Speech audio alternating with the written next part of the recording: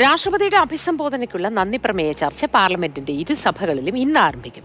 കുംഭമേളയിലെ ദുരന്തം ഉൾപ്പെടെ ഉയർത്തിക്കാട്ടി വൻ പ്രതിഷേധത്തിനാണ് പ്രതിപക്ഷം ഒരുങ്ങുന്നത്. ബജറ്റിൽ കേരളത്തെ തഴഞ്ഞ വിഷയത്തിൽ പാർലമെന്റിൽ പ്രതിഷേധിക്കാൻ ഒരുങ്ങുകയാണ് LDF, UDF MPമാർ. അനൂപ് ദാസ് വിവരങ്ങളുമായി ചേരുന്നുണ്ട്. Anoop, good morning. ഇന്ന് സഭ പ്രക്ഷുബ്ധമാവുക തന്നെ ചെയ്യുമോ? വിവിധ കാര്യങ്ങളുണ്ട് ഉന്നയിക്കാൻ, മാത്രമല്ല എന്തും പറഞ്ഞ് പ്രതിരോധിക്കാൻ, പിടിച്ചു നിൽക്കാൻ ഉള്ള ശ്രമവുമായാണ് UDF, LDF MPമാരൊക്കെ എത്തുന്നതും.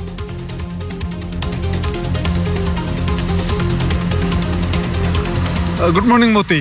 സഭയിൽ എന്തായാലും ഇന്ന് അതിശക്തമായ പ്രതിഷേധം ഉയരും എന്ന കാര്യത്തിൽ യാതൊരു സംശയവുമില്ല. കാരണം ബജറ്റ് അവതരിപ്പിച്ചതിന് പിന്നാലെ തന്നെ രാജ്യത്തെ പ്രതിപക്ഷ പാർട്ടികളെല്ലാം ബജറ്റിനെ വിമർശിച്ച് രംഗത്ത് വന്നതാണ്. അതിൽ വളരെ പ്രധാനപ്പെട്ട കാര്യം, ബീഹാർ എന്ന ഒരു സംസ്ഥാനം ഒഴികെയുള്ള മറ്റൊരു സംസ്ഥാനങ്ങൾക്കും കാര്യമായ പരിഗണന ലഭിച്ചില്ല.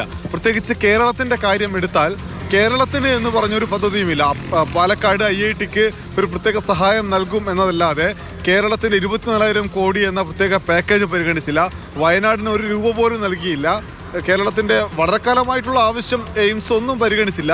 ഈ ഒരു സാഹചര്യത്തിൽ പ്രതിഷേധമുയർത്തിയ കേരള MPമാർ, അതിന് പിന്നാലെ കേരളത്തിൽ നിന്നുള്ള 2 കേന്ദ്ര സഹമന്ത്രിമാരും കേരളത്തെ അവഹേളിക്കുന്ന തരത്തിലുള്ള പ്രസ്താവനകൾ നടത്തിയതും വലിയ വിമർശനത്തിന് കാരണമായിരുന്നു. കേരളം പിന്നാക്കമാണെന്ന് വിളിച്ചു പറയട്ടെ, അപ്പോൾ ലഭിക്കും സഹായമെന്ന് ജോർജ് കുര്യൻ മന്ത്രിയും, അതിനുശേഷം എന്തിനാണ് കിടന്ന് നിലവിളിക്കുന്നത്, തന്ന ഫണ്ട് ചെലവഴിക്കൂ എന്നുള്ള നിലയിൽ സുരേഷ് ഗോപിയുടെ പ്രസ്താവനയും. ഈ 2 പ്രസ്താവനകൾക്കെതിരെ അതിശക്തമായ പ്രതിഷേധം ഇന്ന് സഭയിൽ വരുമെന്നാണ് UDF, LDF MPമാർ പറയുന്നത്. സംയുക്തമായിട്ടുള്ള ഒരു സമരത്തെപ്പറ്റി, ഒരു പ്രതിഷേധത്തെപ്പറ്റി ഇരു മുന്നണികളിലെയും MPമാർ ചേർന്ന് ആലോചിക്കുന്നുണ്ട്. അത് സംബന്ധിച്ച ഒരു അന്തിമ തീരുമാനം ഇന്ന് രാവിലെ ഉണ്ടാവും. ഇതിനപ്പുറത്തേക്ക് കുംഭമേളയിൽ ഒരു ദുരന്തമുണ്ടായി, 30 പേർ മരണപ്പെട്ടു.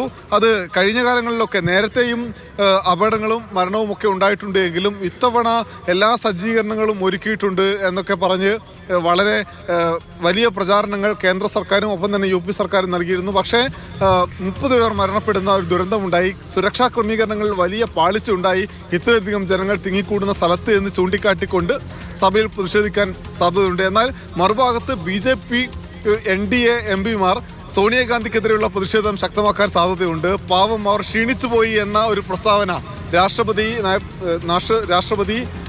അഭിസംബോധന കഴിഞ്ഞ് പുറത്തിറങ്ങിയ സമയത്ത് സോണിയാഗാന്ധി പറഞ്ഞിരുന്നു.